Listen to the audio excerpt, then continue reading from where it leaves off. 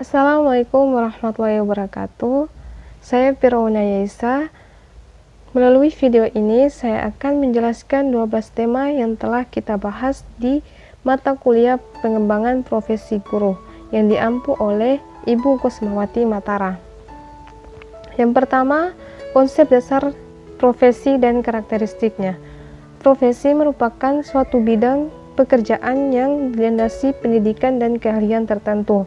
Karakteristik dalam profesi yang pertama memiliki keterampilan yang berdasarkan pada pengetahuan teoritis, asosiasi profesional, pendidikan yang ekstensif, ujian kompetensi, pelatihan institusional, otonomi kerja, lisensi, dan kode etik. Yang kedua, kompetensi profesi guru berdasarkan Undang-Undang Nomor 14 Tahun 2005. Dalam Undang-Undang Nomor 14 Tahun 2005, kompetensi merupakan seperangkat pengetahuan, keterampilan, dan perilaku yang harus dimiliki, dihayati, dan dikuasai oleh setiap guru atau dosen dalam melaksanakan tugas dengan keprofesian. Hal ini dilakukan agar tercapainya suatu tujuan pembelajaran secara efektif dan efisien. Yang ketiga, keterampilan dasar guru dalam proses pembelajaran. Ada beberapa keterampilan yang harus dikuasai oleh guru. Yang pertama, keterampilan membuka dan menutup pembelajaran. Tentunya dalam kelas, gurulah yang berperan dalam membuka dan menutup pembelajaran. Yang kedua, keterampilan memberi penguatan. Maksudnya bagaimana guru menguatkan ingatan siswa agar mengingat materi yang telah diajarkan. Yang ketiga, keterampilan mengadakan variasi. Bagaimana guru memberikan variasi metode dalam pembelajaran agar siswanya itu tidak bosan dalam mengikuti pembelajaran. Dan yang terakhir, keterampilan menjelaskan. Tentunya guru harus mempunyai skill dalam menjelaskan bagaimana dia memberikan materi agar siswanya itu paham dengan apa yang dia jelaskan. Yang keempat, seni berkomunikasi. Dalam berkomunikasi tentunya kita harus menggunakan kata-kata yang sopan dan yang baik agar lawan bicara kita merasa nyaman dan tidak tersinggung dengan apa yang kita bicarakan. Adapun hal-hal yang harus dikembangkan dalam berkomunikasi. Yang pertama, menyimak dengan seksama lawan bicara kita. Yang kedua, memahami makna sebuah pesan. Yang ketiga, menguasai atau melihat gaya komunikasi. Yang keempat, memilih saat yang tepat, dan yang terakhir memberi apresiasi. Selanjutnya, pengembangan profesi guru, kode etik profesi guru, dan organisasi asosiasi keprofesian. Kode etik merupakan pola aturan atau tata cara dalam melakukan pekerjaan. Tujuannya yang pertama, agar guru memiliki jalan atau arah dalam melaksanakan tugasnya sehingga terhindar dari penyimpangan profesi, dan agar guru bertanggung jawab atas keprofesiannya. Kemudian, organisasi asosiasi keprofesian.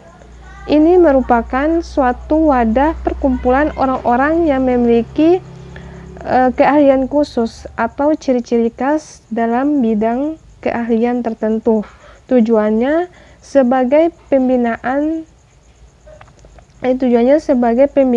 silaturahmi dengan guru dan sebagai pembinaan informasi tentang pembelajaran dan pendidikan. Kemudian, kepribadian guru, kemampuan profesional. Kepribadian guru merupakan perilaku seorang guru berkaitan dengan kemampuan individu dalam mewujudkan dirinya sebagai pribadi yang mandiri untuk melaksanakan transformasi diri, identitas diri, dan pemahaman diri, dan memiliki nilai-nilai luhur sehingga terpancar dalam perilaku sehari-hari. Fungsi kompetensi kepribadian diri adalah memberikan bimbingan dan suri tauladan secara bersama-sama mengembangkan kreativitas dan membangkitkan motif belajar serta dorongan untuk maju kepada anak didik. Sikap keprofesian guru adalah sikap seorang guru dalam menjalankan pekerjaan yang mencakup keahlian, kemahiran, dan kecakapan yang memenuhi standar mutu atau norma tertentu serta memerlukan pendidikan profesi keguruan.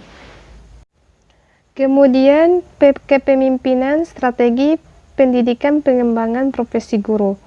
Guru profesional adalah guru yang memiliki keahlian, tanggung jawab, dan rasa kesejawatan yang diikuti oleh etika profesi yang kuat, serta kualifikasi kompetensi yang memadai.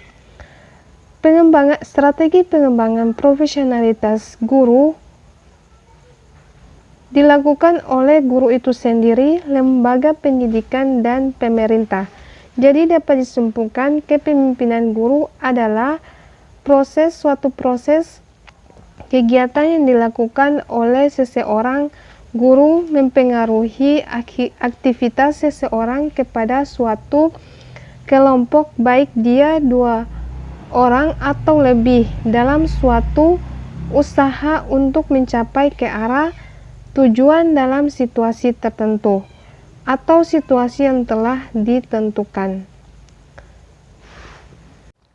Selanjutnya, strategi pengembangan profesi guru Indonesia berdasarkan peraturan berlaku. Guru dapat melakukan berbagai profesi-profesi di Indonesia yang tingkat kematangannya belum sampai pada yang telah dicapai oleh profesi-profesi lainnya, sehingga guru dikatakan sebagai guru profesional.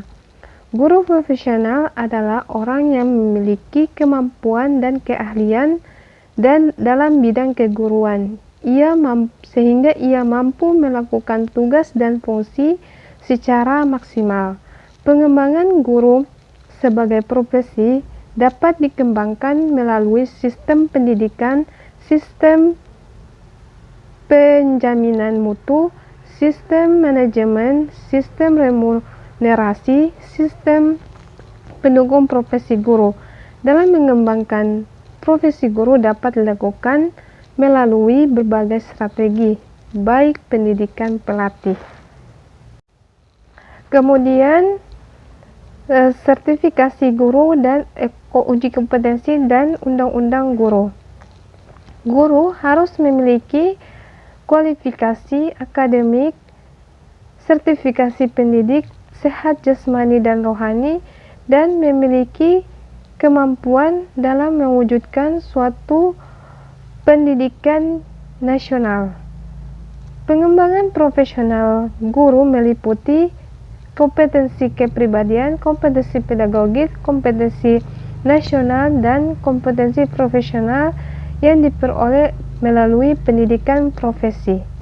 Adapun dasar hukumnya, yang pertama, Undang-Undang Nomor 20 Tahun 2003 tentang Sistem Pendidikan Nasional. Kedua, Undang-Undang Nomor 14 Tahun 2005 tentang Guru dan Dosen. Yang ketiga, Peraturan Pemerintah Nomor 19 Tahun 2005 tentang Standar Nasional Pendidikan. Yang keempat, Peraturan Pemerintah Nomor 74 Tahun 2008 tentang Guru. Selanjutnya, Kurikulum 2013. Kurikulum 2013 merupakan perangkat mata pelajaran dan program pendidikan berbasis sains yang diberikan oleh suatu lembaga penyelenggara pendidikan dengan tujuan untuk mempersiapkan lahirnya generasi Indonesia dengan sistem di mana siswa lebih aktif dalam kegiatan belajar mengajar. Titik beratnya kurikulum 2013 ini bertujuan untuk mendorong peserta didik atau siswa agar lebih baik dalam melakukan observasi, bertanya, bernalar, dan mempresentasikan apa yang mereka peroleh atau mereka ketahui setelah menerima materi pembelajaran. Adapun karakteristiknya, yang pertama, isi atau konten kurikulum yaitu kompetensi dinyatakan dalam bentuk kompetensi inti, satuan pendidikan dan kelas. Dirinci lebih lanjut dalam kompetensi dasar. Kedua, kompetensi inti merupakan gambaran secara kategorial mengenai kompetensi dalam aspek sikap. Yang ketiga, kompetensi dasar. Keempat, kompetensi inti dan kompetensi dasar. Kelima, kompetensi inti menjadi organisatoris. Kompetensi dasar yaitu semua dan proses pembelajaran dikembangkan untuk mencapai kompetensi dalam kompetensi inti. Keenam, kompetensi dasar yang dikembangkan didasarkan pada prinsip alternatif. Kemudian, memahami konsep kurikulum 2013. Kurikulum adalah seperangkat rencana dan pengaturan mengenai isi dan bahkan pelajaran serta cara yang digunakan sebagai pedoman penyelenggaraan kegiatan belajar. Kurikulum 2013 adalah kurikulum terbaru yang diluncurkan oleh Departemen Pendidikan Nasional mulai tahun 2013 ini sebagai bentuk pengembangan dari kurikulum sebelumnya 2006 atau kurikulum tingkat satuan pendidikan yang mencakup kompetensi sikap, pengetahuan, dan keterampilan secara terpadu.